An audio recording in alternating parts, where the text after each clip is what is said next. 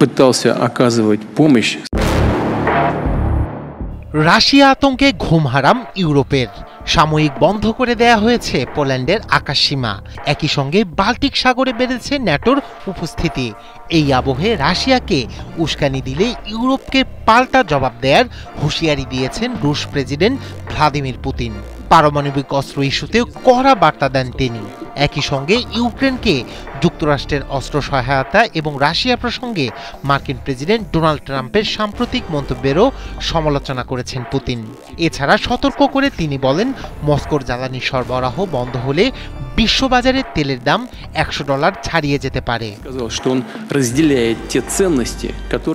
দ্বিতীয় বিশ্বযুদ্ধের পর ইউরোপের সবচেয়ে রক্তক্ষয়ী সংঘাতে পরিণত হয়েছে রাশিয়া ইউক্রেন যুদ্ধ।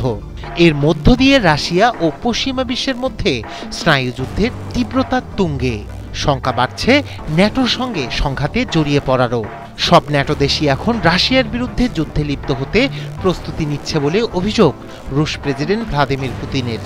বিশেষ করে ইউরোপ রাশিয়াকে উস্কানি দিলে শীঘ্রই পাল্টা জবাব হবে বলে হুঁশিয়ারি করলেন তিনি। রাশিয়ার দক্ষিণাঞ্চলীয় সাগর পাড়ের শহর সোচিতে পররাষ্ট্রনীতি বিষয়ক এক ফোরামে এমন কড়া বার্তা দেন পুতিন।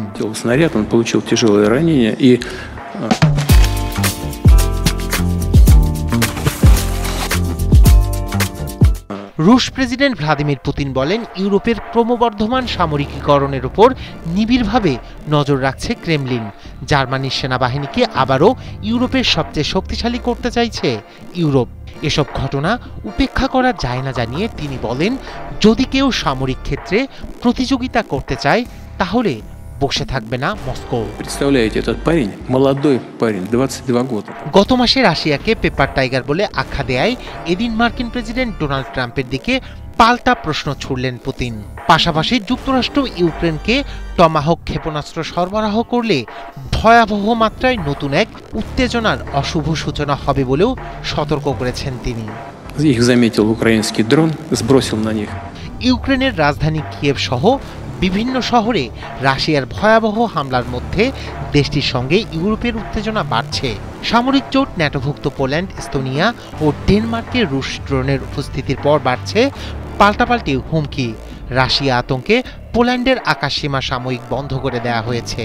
একই সঙ্গে বাল্টিক সাগরে বেড়েছে ন্যাটোর উপস্থিতি। এরই মধ্যে পশ্চিমা বিশ্বকে হুঁশিয়ারি জানান রুশ পররাষ্ট্রমন্ত্রী সের্গেই ল্যাভরভ। মস্কোর বিরুদ্ধে কোনো ধরনের আগ্রাসন চালানো হলে তার কঠোর জবাব দেওয়ার ঘোষণা দেন তিনি।